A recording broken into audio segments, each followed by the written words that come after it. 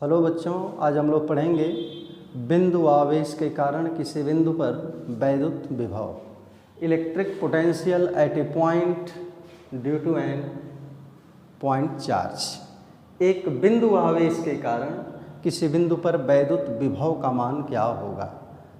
वैद्युत विभव की डिफिनीशन हम पढ़ें, उसका प्रयोग करते हुए एक बहुत अच्छा सा डेरिवेशन यहाँ पर देखेंगे हम लोग, जो परीक्षा की दृष्टि से बहुत ही इम्पॉर्टेंट है। तो इसका डेरिवेशन हम लोग यहाँ पर समझते हैं। हम यहाँ पर एक पॉइंट चार्ज मानेंगे, प्लस क्यू है, जो किसी स्थान पर रखा है बिंदु ओ पर।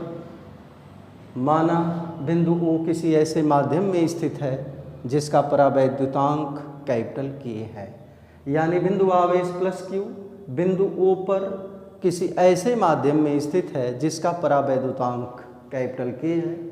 ये बिंदु आवेश अपने चारों ओर एक वैद्युत क्षेत्र बनाएगा। उस वैद्युत क्षेत्र में किसी बिंदु पर हम जानना चाहते हैं कि वैद्युत विभव का मान क्या होगा। इस आवेश प्लस क्यू के कारण ओ बिंदु से स्मॉल आर दूरी पर स्थित एक बिंदु ले लेंगे कोई, ये बिंदु ए। इस बिंदु पर जानना चाहते हैं कि इसके कारण वैद्युत विभव का मान क्या होगा। हम बिंदु आवेश प्लस क्यू के कारण आर दूरी पर वैद्युत क्षेत्र की तीव्रता का डेरिवेशन पढ़े हैं। यहाँ पर तीव्रता 1/4πε0 Q/r² होती है, लेकिन आज यहाँ देखेंगे कि प्लस क्यू आवेश के कारण आर दूरी पर स्थित बिंदु ए पर वैद्युत विभव का मान क्या होगा। तो वैद्युत विभव की गणना करने के लिए, यहाँ पर जानने के लिए हम विभव की परिभाषा में पढ़े थे कि जब किसी परीक्षण आवेश प्लस Q0 को अनंत से वैद्युत क्षेत्र के भीतर लाते हैं तो लाने में किया गया कार्य और परीक्षण आवेश का अनुपात यहाँ पर वैद्युत विभव कहलाता है। तो हमें यहाँ गणना करनी है कि अनंत से प्लस Q0 को बिंदु ए तक लाने में कार्य कितना करना पड़ेगा। अगर कार्य निकल जाएगा तो यहाँ पर Q0 की भाग लगा करके वैद्युत विभव की गणना भी कर लेंगे। इसकी गणना करने के लिए हम बिंदु ए के ठीक सीध में ही एक बिंदु पर विचार करते हैं। मानते हैं कि ये कोई बिंदु बी है। ए के सीध में ही कोई बिंदु हम बी मान लिए, जिसकी बिंदु ओ से दूरी स्मॉल एक्स के बराबर है। ऐसे एक्स के बराबर है।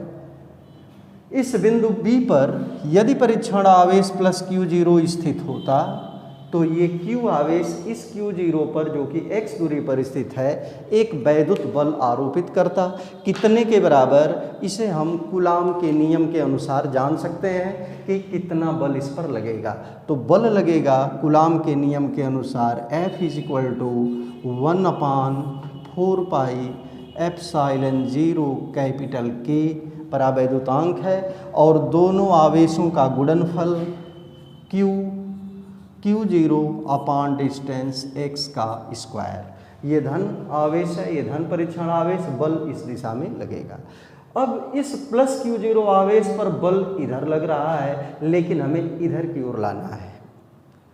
बल के विपरीत दिशा में इधर की ओर लाना है। माना बल के विपरीत दिशा में B से C तक एक अनंत सूक्ष्म दूरी dx तक विस्थापित करते हैं, तो किया जाने वाला कार्य कितना होगा। B से C तक का कार्य निकालना चाहते हैं, तो B से C तक का कार्य, चूँकि विस्थापन सूक्ष्म है, तो B से C तक का जो सूक्ष्म कार्य आएगा उसको हम dW बराबर F × dx, F × dx। हम ऐसे भी जानते हैं बल इधर, विस्थापन इधर है, दोनों के बीच एंगल 180 है। सूत्र कहता है कार्य का FD cos थीटा, थीटा 180 है तो माइनस में आएगा, तो ये कार्य माइनस में आएगा। या ऐसे भी बताए थे कि बल इस दिशा में लग रहा है, तो हम बल इस दिशा में लग रहा है लेकिन हम इस दिशा में लेंगे तो इसको माइनस कर देते हैं। या विस्थापन इस दिशा में है, विस्थापन भी वेक्टर क्वांटिटी है, विस्थापन B से C की ओर dx है, और इधर की दिशा में, बल की दिशा में यही विस्थापन लिखना चाहें तो इसको हम माइनस dx लिख सकते हैं। तो F × इसको हम माइनस dx के रूप में समझ सकते हैं, माइनस dx। तो ये आ गया F इंटू माइनस में f इंटू डी एक्स बराबर माइनस ऑफ 1/4 पाई एप्सिलॉन 0 के into QQ0 upon x square d x. ये कार्य आया, लेकिन ये कार्य कहाँ का आया है? ये आवेश प्लस Q0 को बिंदु B से C तक लाने का कार्य है। हमें क्या करना है? हमें परीक्षण आवेश प्लस Q0 को अनंत से बिंदु A तक लाना है, जिसकी दूरी यहाँ से R है। तो अनंत से बिंदु A तक लाने में टोटल वर्क कितना होगा? तो टोटल वर्क W होगा। और इसकी गणना कैसे करेंगे? कहाँ से लाएंगे? इन्फिनिटिव से A बिंदु तक, यानी R दूरी पर स्थित बिंदु A पर, तो अनंत से R के बीच में लिमिट लगाएंगे और dw की वैल्यू रख लेंगे। यहाँ माइनस पहले से विद्यमान है, 1/4 पाई एप्सिलॉन 0 के QQ0 upon x square d x. इसमें वेरिएबल एक्स स्क्वायर है, शेष को बाहर करेंगे, minus QQ0 upon x square 4 pi epsilon 0 capital के और integral infinitive to R 1/x square d x. ऐसे हो गया। अब इसमें इस एक्स स्क्वायर को ऊपर कर लेते हैं, तो minus of QQ0 upon 4 pi epsilon 0 के और इंटीग्रल इन्फिनिटिव से R x power -2 dx। Integral करेंगे इसका।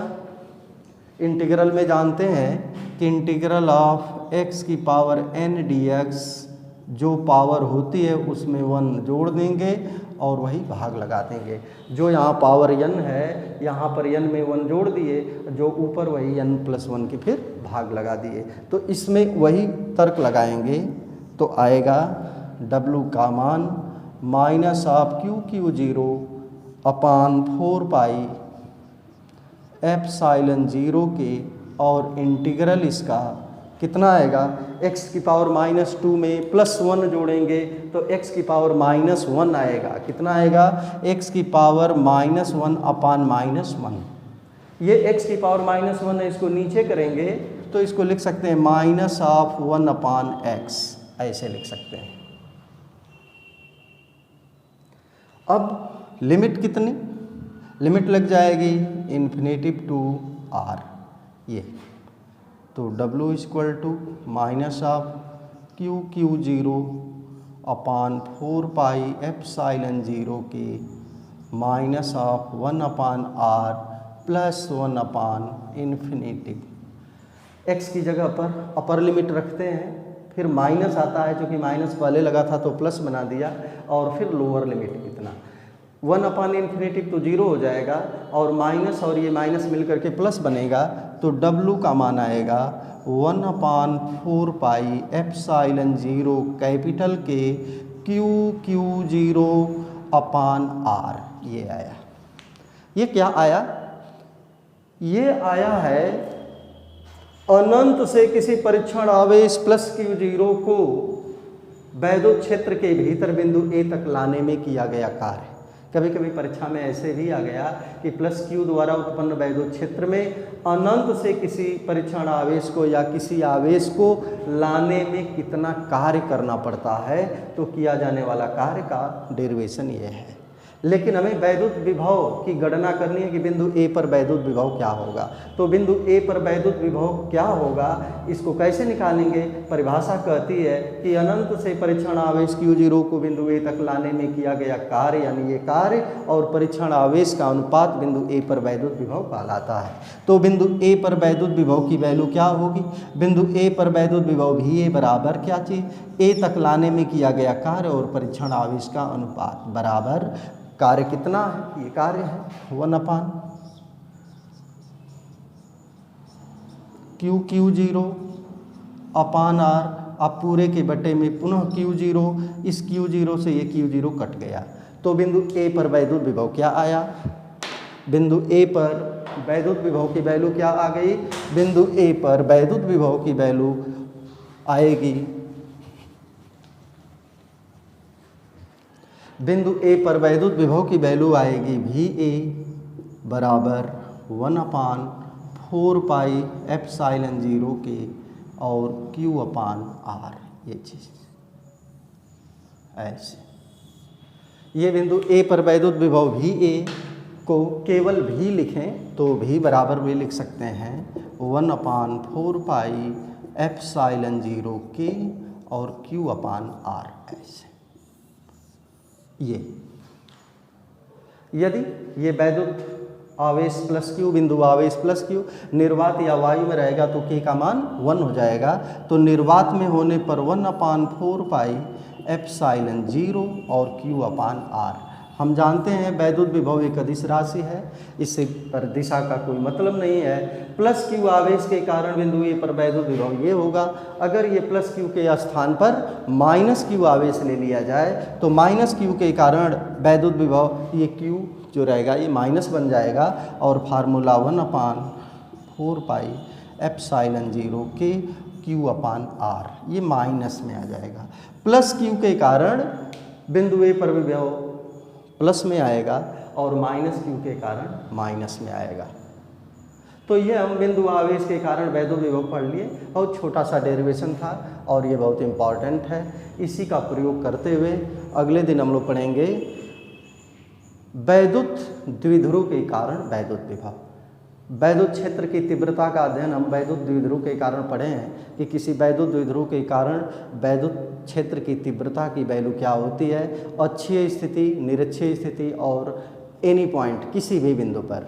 उसी तरह से हम बिल्कुल सिंपल सा डेरिवेशन, अगर पुराना डेरिवेशन याद हो तो ये डेरिवेशन बिल्कुल सिंपल होता है, आसान होता है, हम स्वतः भी पढ़ सकते हैं। तो कल हम लोग देख लेंगे कि वैद्युत द्विध्रुव के कारण किसी बिंदु पर वैद्युत विभव का मान क्या होता है, अक्षीय स्थिति में, निरक्षीय स्थिति में और किसी भी स्थिति में। आज बस इतना ही। धन्यवाद।